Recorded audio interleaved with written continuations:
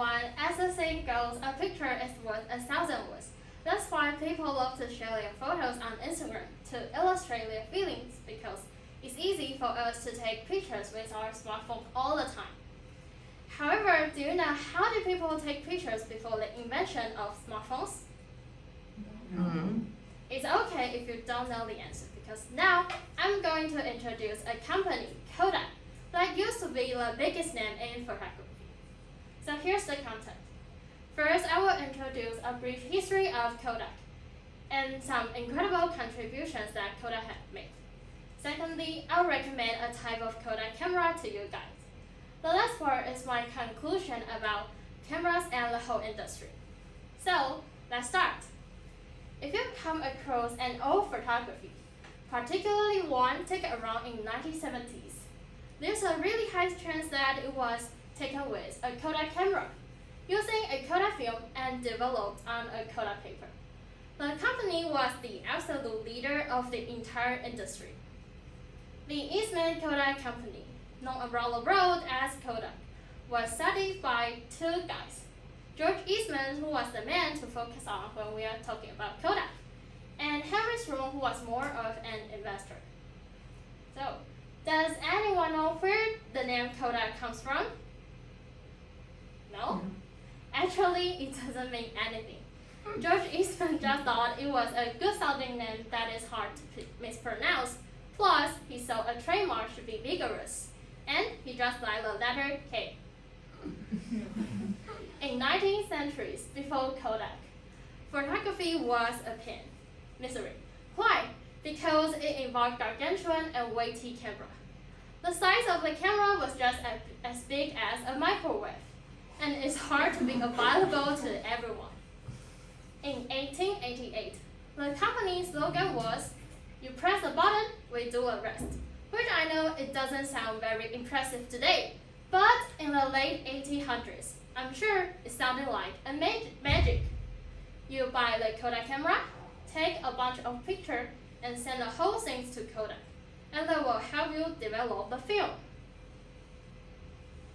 When George Eastman marketed the first transparent roll film in 1889, it enabled inventor Thomas Edison to develop the first motion picture camera. Kodak was marketing motion picture use films in 1896. With a product that's so much better than anything else on the market, it's easy to see how Kodak became successful. However, Kodak didn't just rely on their early success, so they keep going. In 20th centuries, photography was much more easier, and that's because of George Eastman.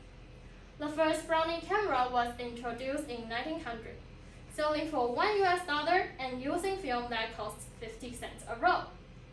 For the first time, the hobby of photography was within the financial reach of virtually everyone. In 1935, Kodak, a special type of film used for color images, became the first amateur color film. And this time, Kodak bundled the cost of film processing with camera, which forced their customer must process their films by Kodak.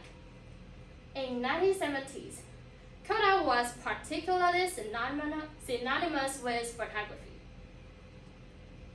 In 1975, Kodak invented the world's first digital camera, and in the next year, it had 85% global market share in cameras and 90% market share in film.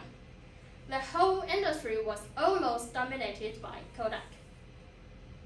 1996 was the peak year of Kodak. The company had over 2/3 of global market share, and Kodak's revenues reached nearly $16 billion. And the Kodak brand was the 5th most valuable brand in the world at that time. However, a good time never lasts long. Although Kodak invented the world's first digital camera, they ignored the business opportunity of it, while more and more companies start to join in manufacturing the digital camera. And in 2010, Kodak had only 7% of global market share, all the tragedy led to its 2012 bankruptcy. Kodak finally came out of the bankruptcy and still exists today. However, its revenues are much more smaller than before. But still, Kodak revolutionized an industry and led the industry for 100 years. Kodak also had a great marketing campaign with the term Kodak moment. It was used to refer to any moment that worthy of a photo. For example, someone gets married. That's a Kodak moment. You get a new car. That's a Kodak moment. People tend to take photos at emotional time, and Kodak found a perfect way to capitalize on that. With that little tool phrase, people associated Kodak brand with life meaningful moment. When it comes to capturing a perfect moment, I want to introduce a famous Kodak camera to you guys. It's Kodak FunSaver disposal camera. And I bring my own camera with me today. And I will pass it around later, so you could take a good look at it. Kodak FunSaver is a single-use camera with a plastic lens and 27 exposures. It also comes in a built-in flash and loaded with Kodak film. Colors and contrast are pretty good, especially considering it's a single-use one. And not only will you feel a sense of nostalgia when receiving the film, but you will also be able to enjoy the surprise and the simplicity of the final print. So you can take a look at it. Yes. But don't press. And this film is also good for the environment.